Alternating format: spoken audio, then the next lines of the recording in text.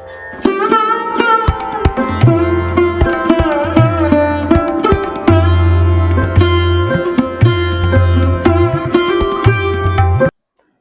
दोस्तों, नमस्कार। मेरा नाम है आशुतोष सेमवाल और स्वागत है आपका मेरे YouTube चैनल ज्ञान दर्शन ब्लॉग्स में। दोस्तों, पिछले एपिसोड में आपने देखा पंच केदार में प्रथम केदार भगवान श्री केदारनाथ जी के बारे में। आज हम द्वितीय केदार भगवान मनमेश्वर के बारे में आपको बताने का प्रयास करेंगे, क्योंकि उत्तराखंड में पंच केदार और पंच बद्री हैं। उनमें पांचों केदारों में से प्रथम केदार भगवान केदारनाथ के बारे में हम आपको बता चुके हैं और आज हम द्वितीय केदार भगवान मनमेश्वर के बारे में आपको बताने का प्रयास करेंगे। तो आइए जानते हैं भगवान मनमेश्वर के बारे में। ओम महाद्विपार्श्वे च तटे रमन्तं सम्पूज्यमानं सततं मुनीन्द्रैः सुरासुरैर्यक्षमहोरिगाद्ये केदारमीशं शिवमेकमीडिः।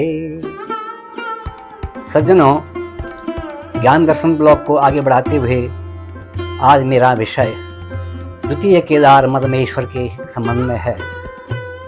आप लोगों को मैंने पहले भी बताया है कि केदारखंड में पंच केदार प्रसिद्ध हैं। केदारम मध्यमम तुंगम तथा रुद्रालयम प्रियम कल्पकम च महादेवी सर्व पाप प्रणाशनम। केदारम मध्यमम तुंगम तथा रुद्रालयम प्रियम कल्पकम च महादेवी सर्व पाप प्रणाशनम। भगवान शंकर माता गौरी से कहते हैं, हे गौरी, ये केदारखंड है। इस केदारखंड में मैं 5 स्थानों पर प्रकट हुआ हूँ लिंग रूप में। केदारम मध्यमम तुंगम, पहला केदार मैं प्रकट हुआ हूँ, वहाँ मेरा पृष्ठभाग है। दूसरा, मैं मदमेश्वर में प्रकट हुआ हूँ, वहाँ मेरा नाभि स्थल है। तीसरा, मैं तुंगनाथ में प्रकट हुआ हूँ, वहाँ मेरी भुजाएं और बक्षस्थल हैं। चौथा, मैं रुद्रनाथ में प्रकट हुआ हूँ, वहाँ मेरा मुखमंडल है। और 5वें स्थान पर मैं कल्पेश्वरनाथ में प्रकट हुआ हूँ, वहाँ मेरा जटाजूट है। इस प्रकार से ये पंच केदार क्षेत्र हैं जो कि सारे विश्व में प्रसिद्ध हैं और सारे फलों को देने वाले हैं। भगवान मदमेश्वर जो द्वितीय केदार हैं, उनकी बड़ी भारी महिमा है। मदमेश्वर में भगवान का नाभिलिंग है। भगवान केदारनाथ में वो उनका पृष्ठभाग है, लेकिन मदमेश्वर में उनका नाभिलिंग है। और यह नाभिलिंग जो है बहुत ही फलदायी है। कहा गया है, मदमेश्वर माहात्म्यम सोपाख्यानम मया तवहौ सर्व पाप हरम पुण्यम कथितम शिव भक्तिदम। इस प्रकार से जो मदमेश्वर है सर्व पापों को हरने वाला है और सारे पुण्यों को देने वाला है और सारे मनवांछित फलों को देने वाला यह क्षेत्र है। मदमेश्वर एक ऐसा स्थान है जो प्रकृति से चारों ओर से भरपूर है। यहाँ पर सबसे अंतिम गांव जो है, एक गांव है गौंडार। गौंडार से आगे एकदम खड़ी चढ़ाई है, खड़ा पर्वत है जो शिवलिंगाकार है। ये पर्वत ही अपने में शिवलिंगाकार है। दूर से देखने पर ऐसा लगता है ये संपूर्ण मदमेश्वर का जो पर्वत है वो शिवलिंगाकार है। इसके पीछे से चतुष्खंभ चौखंबा जिसे मेरु कहते हैं वो विराजमान है और ऐसा लगता है चौखंबा को देख करके, चतुष्खंभ को देख करके, उसके शिखरों को देख कर ऐसा लगता है ये भगवान शंकर का त्रिशूल पीछे से खड़ा है। और ऐसा भी लगता है कि यह चौखंबा भगवान शंकर का सिर का मुकुट है। इस प्रकार से मदमेश्वर में गौनार से जब चलते हैं, खड़ी चढ़ाई है, आगे जाकर के बहुत सारे सुंदर बुग्याल हैं और उन सुंदर बुग्यालों में चलते चलते आगे जाकर के लगभग 9 किलोमीटर की चढ़ाई पार करने के बाद मदमेश्वर का सुंदर क्षेत्र आता है। मदमेश्वर में सुंदर बुग्याल हैं, चारों ओर से जड़ी बूटियों से भरे सुंदर हरे भरे बुग्याल हैं और पीछे से सुंदर घना घना जंगल है। वहाँ देव वृक्ष हैं, अनेक प्रकार के देव वृक्षों से, जहाँ की भोज पत्र के वृक्ष भी हैं, देवदारू के वृक्ष भी हैं और अनेक प्रकार के हरे भरे वृक्ष हैं जिनको देख करके मन जो है बड़ा प्रसन्न हो जाता है। मदमेश्वर में जो वहाँ का जो मंदिर है, उस मंदिर की जो शिल्प कला है वो अपने में अनोखी है, देखने योग्य है। यह शिल्प कला इतनी सुंदर है, ऐसा लगता है कि प्राचीन काल में जब यह मंदिर किसी ने बनाया होगा तो कितना सुंदर शिल्प कला से बनाया गया होगा। जो कि इतने कई वर्षों तक वहाँ जब पहले के ज़माने में हिमपात होता था, वर्षों तक मंदिर बर्फ के अंदर ढका रहता था। यहाँ पर मधमेश्वर में 2 जलधाराएँ हैं। मधमेश्वर मंदिर के पीछे भी एक जलधारा है और मंदिर के आगे भी एक जलधारा है, जो कि हमेशा बहती रहती हैं। आगे एक कुंड भी है, जलधारा का कुंड भी है, और उस पर आगे से एक मधमेश्वर के मंदिर के आगे से एक शिला है, एक पत्थर है, जिस पर कि कामधेनु के चरण चिन्ह हैं। कामधेनु के चारों पैरों के चरण चिन्ह हैं। कहा गया है कि किसी समय में यहाँ कामधेनु आकर के भगवान मधमेश्वर को अपना दुग्धाभिषेक करती थी और लिंग के ऊपर खड़ी हो जाती थी, और खड़ी होने के बाद स्वतः ही इसके स्तनों से दुग्ध धाराएँ निकलती थीं, और उन दुग्ध धाराओं से कामधेनु भगवान मधमेश्वर का दुग्धाभिषेक करती थी। इतना सुंदर स्थान है। एक बार की बात है कि जिस व्यक्ति के घर में यह कामधेनु रहती थी, उसने देखा कि ये जो कामधेनु है ये घर में दूध नहीं दे रही है, ये कहाँ जा कर के दूध दे रही है। उसने देखा, गुप्त रह करके देखा कि वो शिवलिंग को दूध चढ़ा रही है। तो वह व्यक्ति नहीं समझ पाया कि ये कामधेनु है। उसने उसको मारने के लिए कुल्हाड़ी चलाई, तो कामधेनु उड़ गई, और उड़ने के बाद उसने पहली जो छलांग मारी, जहाँ पर उसने छलांग मारी वह पत्थर आज भी है मंदिर के प्रांगण में, जिस पर कि उसके चारों पैरों के खुर के निशान आज भी हैं कामधेनु के। इस प्रकार की उसके बाद वो कामधेनु हमेशा के लिए अंतर्धान हो गई। ऐसा सिद्ध क्षेत्र है मधमेश्वर। मधमेश्वर के अंदर जो शिवलिंग है वो अपने में जो है बड़ा फलदायी है। वहाँ पर जो जलाभिषेक करते हैं, पीछे एक जलधारा है जो कि अमृतमयी जलधारा है। उस जलधारा का जल लेकर के उसका जलाभिषेक किया जाता है। यहाँ पर दक्षिण भारत के जो पुजारी हैं, कर्नाटक के पुजारी हैं, वो वहाँ पर जो है पूजा करते हैं, और जो गौनार के जो लोग हैं वो वहाँ अनेक प्रकार के सेवा भाव से रहते हैं। देवता भगवान शंकर की और अनेक देवताओं की सेवा करते हैं। इस प्रकार से भगवान मधमेश्वर के प्रांगण में चारों ओर से अनेक प्रकार की दिव्य दिव्य मूर्तियाँ, पाषाण मूर्तियाँ हैं। एक पाषाण मूर्ति गौरी शंकर की है, जिसको देख करके बड़ा ही सुंदर लगता है। गौरी शंकर की पाषाण मूर्ति ऐसा लगती है जैसे अभी बात करती होगी, बिल्कुल बोलती भी जैसी लगती है। ऊपर एक 2 किलोमीटर ऊपर जाने पर एक पहाड़ है, एक पर्वत शिखर है। उस पर्वत शिखर पर हमेशा जड़ी बूटियों से वह आच्छन्न रहता है। भांति भांति की जड़ी बूटियाँ वहाँ स्वतः ही उग जाती हैं, और उनकी जो सौरभ है, उनकी जो सुगंध है, उसको सूंघ करके ऐसा लगता है कि जैसे हम देवलोक में आ गए होंगे। ऊपर जाकर के एक बड़ा मैदान है। उस मैदान में एक छोटा सा मंदिर है। इस मंदिर वृद्ध मधमेश्वर है, बूढ़ा मधमेश्वर जिसे बोलते हैं, बूढ़ा मधमेश्वर है। उस बूढ़ा मधमेश्वर को देख करके ऐसा लगता है कि हम स्वर्ग में आ गए। चारों ओर से जड़ी बूटियां हैं, और उसके पीछे रत्न स्तंभ चौखम्बा बहुत ही दिव्य और बहुत ही मनमोहक लगता है। इस बूढ़े मधमेश्वर को देख करके आदमी भाव विभोर हो जाता है। वहाँ बैठ करके कई लोग जब ध्यान करते हैं तो ध्यान करने में भगवान साक्षात दृष्टिगोचर होते हैं। मधमेश्वर से आगे एक धौला क्षेत्रपाल हैं।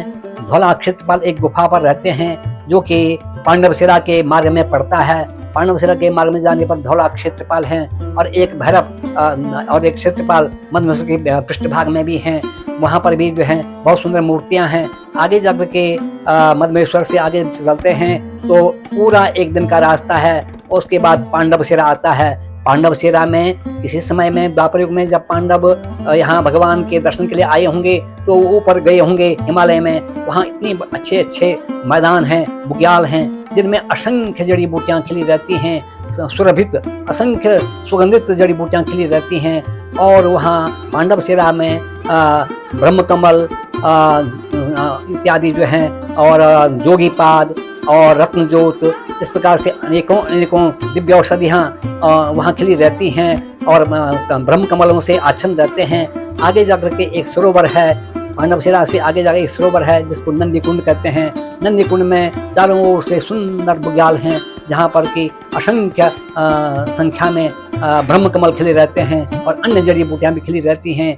और जो नंदी कुंड है, नंदी कुंड का जल इतना सुंदर और इतना मधुर है कि जिसमें अवगाहन करने से व्यक्ति अपने को समझता है कि मैं स्वर्ग के सरोवरों में अवगाहन कर रहा हूँ। तो इस प्रकार से वहाँ उस नंदी कुंड में सामने से चौखम्बा रत्न स्तंभ जो है चौखंबा मेरु पर्वत, उसकी परछाई भी उसमें पड़ती है और उसको देख करके लोग भाव विभोर हो जाते हैं। यहाँ पांडव सेरा में एक पांडव गूल है, पांडवों की एक गूल है। उस गूल में हमेशा पानी बहता रहता है और चारों ओर प्राकृतिक खेत हैं, जिनमें प्राकृतिक रूप से बिना किसी के बोए हुए प्राकृतिक रूप से नीवार धान पैदा होता है और वह नीवार धान हमेशा पैदा होता है, हमेशा उसके बीज गिरते होंगे, हमेशा अपने आप वो पैदा होते हैं। उन नीवार धानों के खेतों को देख करके, वो पांडव सेरा को देख करके आदमी मनमोहक दृश्य को देख करके भाव विभोर हो जाता है। मैं भी सन 2002 में पांडव सेरा गया था। पांडव सेरा देख करके मैं बड़ा भाव विभोर हो गया। भगवान की ऐसी अलौकिक प्रकृति को देख करके मन बहुत ही प्रसन्न हो गया। वहाँ पांडव सेरा में अनेकानेक पर्वत शिखर हैं। सामने एक देव सिंह पर्वत है, एक औषधि प्रस्थ पर्वत है, औषधि प्रस्थ पर्वत और देव सिंह पर्वत, और देवताओं का धौल भी कहते हैं, जहाँ देवता सामने बात करते हैं। किसी जमाने में देवता यहाँ आकर के एक दूसरे से बात करते थे। यहाँ यक्ष, किन्नर, गंधर्व, अप्सराएं और अनेक प्रकार के ऋषि मुनि प्रचंड रूप से विचरण करते रहते हैं। 6 महीना जब मदमेश्वर के पट बंद हो जाते हैं, पटावृत हो जाते हैं, यहाँ देवताओं के द्वारा पूजा होती है और यहाँ यक्ष, किन्नर, गंधर्व, अप्सराएं नित्य आते जाते रहते हैं। ऋषि मुनि यहाँ प्रचंड रूप से यहाँ तपस्या में बैठे रहते हैं। इस प्रकार से यह दिव्य क्षेत्र है। इस दिव्य क्षेत्र में कुछ सरताएं भी हैं, नदियां हैं, झरने हैं। यहाँ नीचे आकर मदमेश्वर से हम जब नीचे आते हैं, लास्ट अंतिम जो गांव है वो गौनार है। गौनार गांव के जरा आगे जाकर के जहाँ से मदमेश्वर की चढ़ाई शुरू होती है, वहाँ पर जो है एक जगह है, वहाँ पर एक संगम है। उस संगम में एक नदी चौखंबा से आती है, जिसको सरस्वती कहते हैं। एक नदी पांडव सेरा से आती है, जिसको पांडव सेरा घाट कहते हैं। दोनों का वहाँ पर संगम है। यह संगम बड़ा ही सुंदर है। इसका नाम बनतोली है। बनतोली में विश्राम करने के लिए, यात्रियों के लिए कुछ छोटी मोटी कुछ दुकानें भी हैं, जहाँ पर आदमी विश्राम कर सकता है और थोड़ा सा अपना हल्का फुल्का अपना नाश्ता भी कर सकता है। इस प्रकार से बनतोली अपने में एक दिव्य जगह है। बनतोली से जरा नीचे आकर के हम देखते हैं गौनार गांव है। गौनार गांव के लोग बड़े सज्जन हैं, बड़े मेहनती हैं। वहाँ उस नदी के किनारे जो मरना नदी है, मरना नदी के किनारे ये गांव बसा हुआ है। ये हमारे केदारखंड का अंतिम गांव है, जहाँ पर कि लोग बड़े खुशी और बड़े आनंदित रहते हैं, खुश रहते हैं, आनंदित रहते हैं, भगवान की सेवा में रहते हैं। भगवान मदमेश्वर जब नीचे आते हैं तो नीचे आने पर जो है एक रात भगवान मदमेश्वर की डोली यहाँ विश्राम करती है गौनार में। गौनार के लोग भगवान की बहुत सेवा करते हैं। इन लोगों में भगवान की भक्ति का, सेवा भाव का बड़ा भाव है। उसके बाद मदमेश्वर की डोली जब नीचे आती है 6 महीने उसमें शीतकाल में, तो शीतकाल में जब डोली मदमेश्वर से नीचे आती है तो पहला विश्राम गौनार गांव में होता है। दूसरा विश्राम इससे आगे आकर के एक गांव है रांसी। रांसी में भगवान मदमेश्वर की डोली एक रात विश्राम करती है। रांसी अपने में एक बहुत ही सिद्ध पीठ है। यहाँ पर जो है रांस माई, जिसको कहते हैं घरवाली बस में रांस माई अर्थात राकेश्वरी माता, अर्थात रामेश्वरी भी कहते हैं और राकेश्वरी भी कहते हैं। राकस्य ईश्वरी आशा राकेश्वरी, जो राका की ईश्वरी है, राका माने चंद्रमा, जो चंद्रमा की ईश्वरी है उसका नाम है राकेश्वरी। चंद्रमा ने भी यहाँ तपस्या की थी किसी समय में। और जो भगवान रामचंद्र जी को रावण के वध के बाद ब्रह्म हत्या लगी थी, भगवान राम उस ब्रह्म हत्या के निवारण के लिए यहाँ रांसी में आए थे और यहाँ भगवान राम ने जो है भगवान शिव की तपस्या की थी और इससे यह स्थान जो है बड़ा ही पवित्र है। और भगवान शंकर ने भगवान राम को दर्शन दिए और उनकी ब्रह्म हत्या दूर की थी। इसलिए यह रामस्य ईश्वरी आशा रामेश्वरी, अर्थात जो भगवान राम की ईश्वरी हैं अर्थात पार्वती जी, उसका नाम रामेश्वरी भी है। तो इस प्रकार से राशि के 2 नाम है, रामेश्वरी और राकेश्वरी। राकेश्वरी और रामेश्वरी बड़ा सिद्ध पीठ है। यहाँ हर 18 वर्षों के बाद अयुत यज्ञ होते हैं। उन अयुत यज्ञ में बहुत सारे ब्राह्मण आते हैं और बड़े यज्ञ करते हैं। उस यज्ञ में मैंने भी सहभागिता की थी। मैं भी उस यज्ञ में रहा हूँ अन्नपूर्णा के चरण में, और मुझे भी दिव्य दिव्य दर्शन भगवान के हुए हैं। यह ऐसा क्षेत्र है। इसके नीचे जब भगवान मदमेश्वर की डोली नीचे आती है, तीसरा विश्राम भगवान का गिरिया गांव में होता है। गिरिया गांव मनसुना एक गांव है। मनसुना गांव के ऊपर एक गांव है गिरिया। जिसका नाम गिरिया माने गिरिजा, गिरिजा माने गिरि की पत्नी अर्थात पार्वती। यहाँ किसी समय में पार्वती जी ने तपस्या की होगी, इसलिए इसका नाम गिरिजा है। और यहाँ पर एक गिरिजेश्वर महादेव भी हैं जो कि अपने में बड़े सिद्धिदायक हैं। तो तीसरा विश्राम भगवान मदमेश्वर का गिरिजा गांव में होता है, गिरिया गांव में, और वहाँ पर एक रात निवास करते हैं मूर्तियों की। वहाँ सुबह मूर्तियों को खोल करके उनका स्नान होता है और उनका जो है उनको आभूषित किया जाता है, चंदन इत्यादि की अर्चना की जाती है। और जब मदमेश्वर की डोली नीचे आती है तो मनसुना में एक जगह ऐसा है जहाँ पर मरना माई का एक मंदिर है। मरना माई के मंदिर के सामने एक शिला है, उस शिला पर भगवान की डोली बैठती है। और भगवान की डोली जब वहाँ पर बैठती है तो वहाँ पर गांव के लोग आते हैं, ग्रामीण जितने भी मनसुना ग्राम के क्षेत्र के लोग आते हैं और वहाँ पर अर्घ्य चढ़ाते हैं, अर्घ्य अर्पित करते हैं, पुष्प आदि, धूप आदि और अनेक प्रकार के दीपों को जला करके भगवान की पूजा अर्चना करते हैं। यहाँ बड़ा सिद्ध पीठ है। यहाँ पर गिरिजा से मनसुना गांव में जो है जो मरुणा का जो मंदिर है, माता मरुणा देवी का जो मंदिर है, वह अपने में एक सिद्ध पीठ है। यहाँ पर किसी समय में भगवती ने चंड मुंड और रक्त बीजों को मारने के लिए और शुम्भ निशुम्भ और महिषासुर को मारने के लिए यहाँ पर एक इस शिला पर भगवती मातेश्वरी अर्थात जो भगवती दुर्गा हैं वहाँ पर बैठी थी और उन्होंने वहाँ पर केश कर्षण किया था। इस शिला पर जहाँ पर भगवती दुर्गा बैठी थी केश कर्षण करने के लिए, तो जो शुम्भ के भृत्य थे, शुम्भ के भृत्य वहाँ आए। उन्होंने देखा कि बहुत अति सुंदर स्त्री है, त्रैलोक्य में ऐसी सुंदर स्त्री कोई नहीं है। वो प्रसन्न हो गई। उन्होंने कहा कि अब हम इसका विवाह शुम्भ से करेंगे। शुम्भ उस समय देवताओं के भी राजा थे और राक्षसों के भी दैत्यों के भी राजा थे। तो उन्होंने कहा तुम उनकी पत्नी बन जाओ। तो देवी ने कहा यो माम जयते संग्रामे यो मे दर्पम व्यपोहति यो मे प्रतिबलो लोके समय भर्ता भविष्यति। यो माम जयते संग्रामे, जो मेरे मुझको संग्राम में जीतेगा, यो मे दर्पम व्यपोहति, जो मेरे दर्प का हनन करेगा, यो मे प्रतिबलो लोके, जो संसार में मेरे मुकाबले का होगा, समय भर्ता भविष्यति, मेरा पति वही होगा। क्योंकि देवी को पता था ऐसा कोई कर नहीं सकता है, भगवान शंकर के अलावा ऐसा कोई कर नहीं सकता है, एक एक करके आएंगे और मरेंगे। इस प्रकार से अनेक दल के दल आए, शुम्भ आए, निशुम्भ आए, बिड़ालाक्ष आए, अनेक प्रकार के दैत्य आए और रक्त बीज आए। सबका देवी से दुबा देवी ने सबका संहार कर दिया। यह ऐसा रणमन्ना, यह मरना देवी का ऐसा क्षेत्र है। इस स्थान पर एक छोटा सा मंदिर भी है मनसुना गांव में, जिसको मरना मंदिर कहते हैं। यहीं पर भगवान शंकर की, भगवान मदमेश्वर की डोली विराजमान होती है और उसी पत्थर में बैठती है जिस पत्थर में किसी समय भगवती ने बैठ करके विश्राम किया था। यह ऐसा सिद्ध क्षेत्र है। मनसुना का एक व्याख्या है निशुम्भ शमनम इति मनसुना। जहाँ निशुम्भ का समन हुआ था, निशुम्भ मारा गया था, उसका नाम है मनसुना।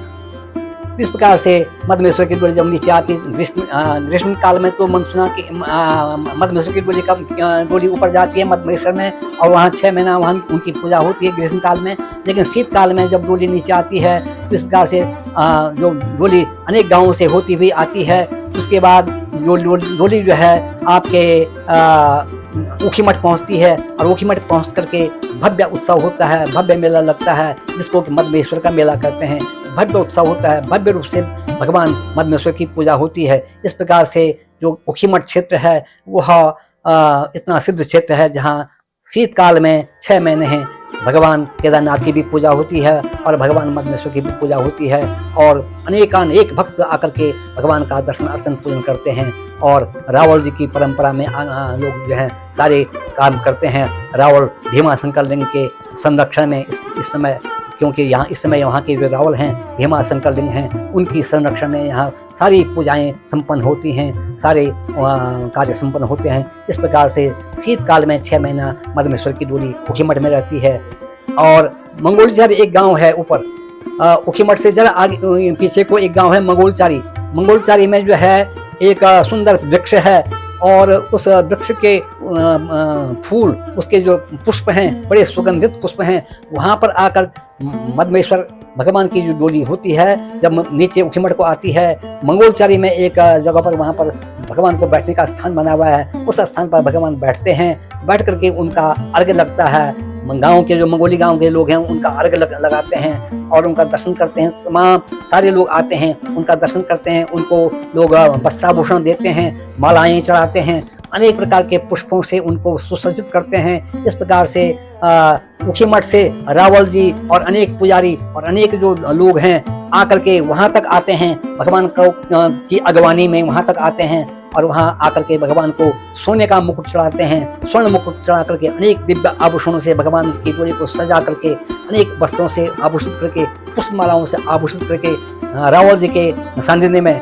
ये काम चलता है। उसके बाद बहुत हर्षोल्लास के साथ में डोली आगे बढ़ती है और ऊखीमठ को जब ब्राह्मण खोली होते हुए, ब्राह्मण खोली के लोग जो हैं ऊखीमठ में वहाँ के वेदपाठी ब्राह्मण खोली के लोग हैं जो कि मैठानी लोग हैं और वहाँ की पूजा वही करते हैं। मैठानी लोग हैं, जमलोगी लोग हैं, वहाँ पर मैठानी लोग, जमलोगी लोग और सेमाल लोग रहते हैं और वो वहाँ 6 महीना जो ऊखीमठ में पूजा होती केदारनाथ जी की और मदमेश्वर की, वो पूजा वही वेदपाठी करते हैं। उनका वेद पाठ सुन करके लोग भाव विभोर हो जाते हैं। इसके बाद ऊखीमठ में मदमेश्वर का मेला जब लगता है, अनेक गांवों से लोग आते हैं और भव्य पूजा होती है, भव्य दर्शन होते हैं और भव्य भगवान का जय घोष होता है। यहाँ पर मेले के आयोजन में भांति भांति के गांवों से लोग आते हैं, भांति भांति के की दुकानें सुसज्जित हो जाती हैं और कई प्रकार के लोग आकर के अनेक उस भव्य आयोजन में शामिल होकर के और अनेक प्रकार की वस्तुओं को लेकर के, अनेक प्रकार के फलों को लेकर के, अनेक प्रकार के दिव्य दिव्य चीज़ों को लेकर के आते हैं, भगवान को चढ़ाते हैं और फिर वहाँ से नैवेद्य के रूप में, प्रसाद के रूप में भगवान का प्रसाद ग्रहण करके, दर्शन ग्रहण करके फिर अपने घरों को चले जाते हैं। यहाँ पर सुंदर रूप से मदमेश्वर का मेला लगता है। मदमेश्वर का मेला केदारखंड में बहुत प्रसिद्ध मेला है। सज्जनों, इस प्रकार से भगवान मदमेश्वर द्वितीय केदार हैं और उनके दर्शन करने से 6 महीने शीतकाल में ऊखीमठ में और 6 महीने ग्रीष्मकाल में मदमेश्वर में उनके दर्शन करने पर अभीष्ट फलों की प्राप्ति होती है। जो भी व्यक्ति यहाँ आता है और उनकी श्रद्धा भक्ति से पूजा करता है, उसके अभीष्ट फल अवश्य उसको मिल जाते हैं। इस प्रकार से भगवान मदमेश्वर की कृपा सभी लोगों पर बनी रहे। मेरा सभी आगंतुकों से, जो भी लोग यहाँ आते हैं, जितने भी श्रद्धालु लोग, भक्त लोग मदमेश्वर के दर्शन के लिए या मदमेश्वर की यात्रा पर आते हैं, तो मेरा उनसे एक सुझाव है कि ऐसे क्षेत्रों में आकर के स्वच्छता का अवश्य ध्यान दें, श्रद्धा भक्ति से आएँ। भगवान के भगवान के घर में जब आते हैं तो स्वच्छता का ध्यान रखना चाहिए और स्वच्छ व्यवहार करना चाहिए ताकि भगवान उन पर खुश हो जाएं, भक्तों की मनोकामना भी पूर्ण हो जाए और भगवान भी प्रसन्न हो जाएं। तो भगवान के स्थान को स्वच्छ रखना हमारा कर्तव्य है। सज्जनों, इस प्रकार से मदमेश्वर अपने में अद्वितीय स्थान है। पंच केदारों में द्वितीय स्थान मदमेश्वर का है, जो कि देखने लायक, देखने योग्य है। मैं सभी भक्तों से यही कहूँगा कि अवश्य मदमेश्वर के दर्शन के लिए जब आप केदार जाते हैं, केदार के बाद मदमेश्वर के दर्शन अवश्य करें, क्योंकि ये पंच केदार क्षेत्र ऐसा है जहाँ किसी समय में द्वापर में पंच पांडव भी गए थे और उनको मोक्ष हुआ था। बोलो मदमेश्वर महाराज की। तो दोस्तों, ये थी कुछ सूक्ष्म जानकारियाँ भगवान मदमेश्वर के बारे में, जो द्वितीय केदार हैं पंच केदार में से। आशा करता हूँ आपको ये जानकारी अच्छी लगी होगी। अगर आपको ये जानकारियाँ अच्छी लग रही हैं तो हमारे चैनल को लाइक कीजिए, सब्सक्राइब कीजिए और अच्छे से अच्छे इसमें कमेंट कीजिए, ताकि हम लोग भी इस तरह के वीडियो बनाने के लिए मोटिवेट हों। तो दोस्तों, भगवान मदमेश्वर से मैं आपके कुशल आरोग्य और कुशल स्वास्थ्य के लिए प्रार्थना करता हूँ और मिलते हैं ऐसे ही एक नई ब्लॉग में। तब तक के लिए अपना खूब सारा ध्यान रखिए। प्रणाम।